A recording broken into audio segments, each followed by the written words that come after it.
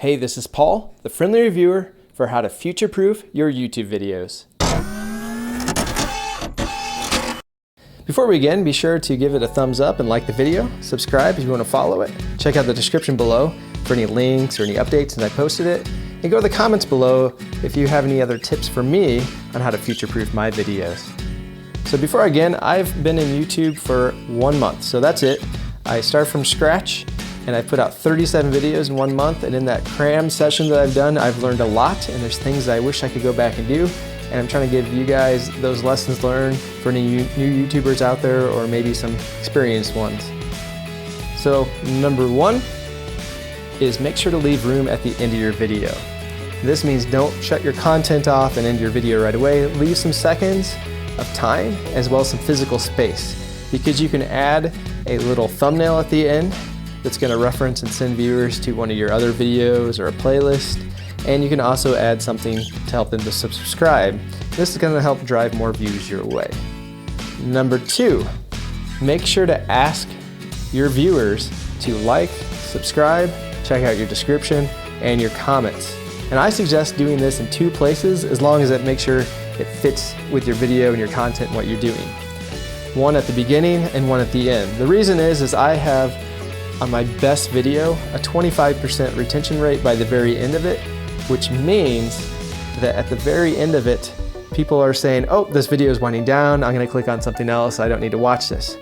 And there's a lot of people that won't like or subscribe unless they're prompted and they're like, oh yeah, I should do that. So I'd suggest if you can, put it at the beginning and the end, and so you capture most of the people. The other reason is the description is you might have some products or things you talk about, and maybe right now you're not an affiliate of anything, but you may want to become an affiliate later. And that's where if you drive traffic to someone's website, you get a really small amount of money, but it can add up with lots of clicks or purchases that occur. So you can kind of future-proof your video by putting that in there. It's something you can't go back and change later, and they're just going to have to randomly find that by clicking on the description without you prompting them to do so. Number 3.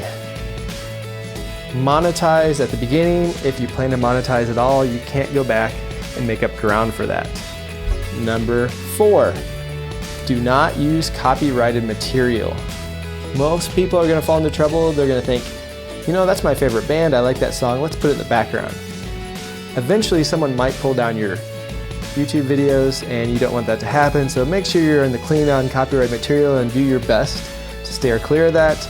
There's different resources out there like YouTube Creator that has free, copyright-free music that you can use, or you can use some that you just have to put the little description in the bottom. So very simple. Number 5 is to make sure you're happy with your logo. So if you have a logo in there, an intro, an exit, make sure you're happy with it, and it's something that you, maybe if things change later, you're still going to be happy with.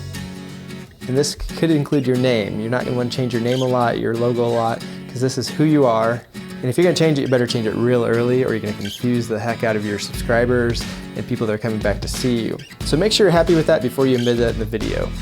And number 6, the last tip, is to make sure you're happy with your video. A lot of these things happen late at night. You're kind of did a full day of work, you have all these activities, you're late at night trying to get this video out, and you know your subscribers or people want to see it because they're expecting frequent posts from you, but there's some section of your video you're just not quite happy with, but you think, oh, I'm tired, I'm going to go ahead and publish that.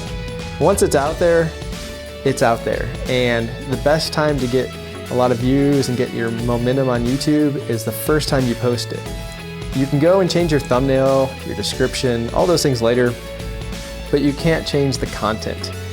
And I would suggest trying not to change those later, because you want to hit the ground running at the beginning as soon as you put it in there. And I will try to post some video later on that and explain how that works and kind of what I call YouTube momentum. So make sure you're happy with it, take that extra time, and if you have to let it sit till the next day, just go ahead and do that, because you'll regret it, especially if you're a perfectionist. So be sure to like this video if you found this useful, subscribe if you want to see more information just like this one, check out the description below to see if there's any updates, any links that I talked about, and go to the comments below if you have any tips for me on how to future-proof your videos. So this has been Paul, the friendly reviewer for how to future-proof your YouTube videos. Thank you for watching.